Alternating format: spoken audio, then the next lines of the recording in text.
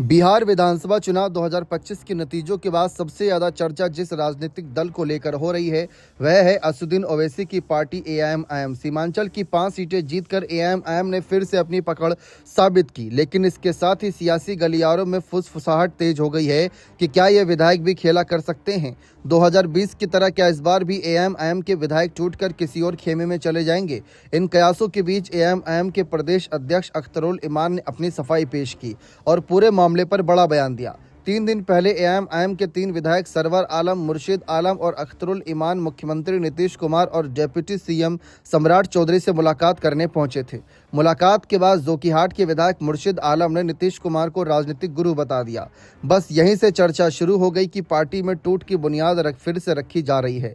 लेकिन अख्तरुल इमान का कहना है कि यह मुलाकात केवल अपने क्षेत्र की समस्याओं को लेकर थी, न कि किसी राजनीतिक सौदेबाजी का हिस्सा। उन्होंने कहा कि विपक्ष के लोग अगर मुख्यमंत्री से नहीं मिलेंगे, मंत्री से नहीं मिलेंगे तो आखिर किससे मिलेंगे।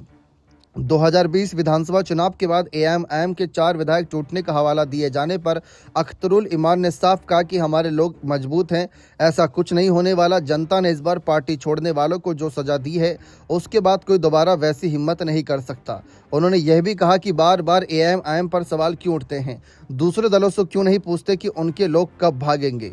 इस चर्चा के पीछे राजनीतिक गणित बेहद साफ है कि मुख्यमंत्री नीतीश कुमार ने संकेत दिया कि 14 जनवरी यानी खरमास के बाद मंत्रिमंडल का विस्तार होगा। 9 सीटें फिलहाल खाली हैं। ऐसे में एआईएमआईएम के 5 विधायक सत्ता संतुलन में अहम भूमिका निभा सकते हैं।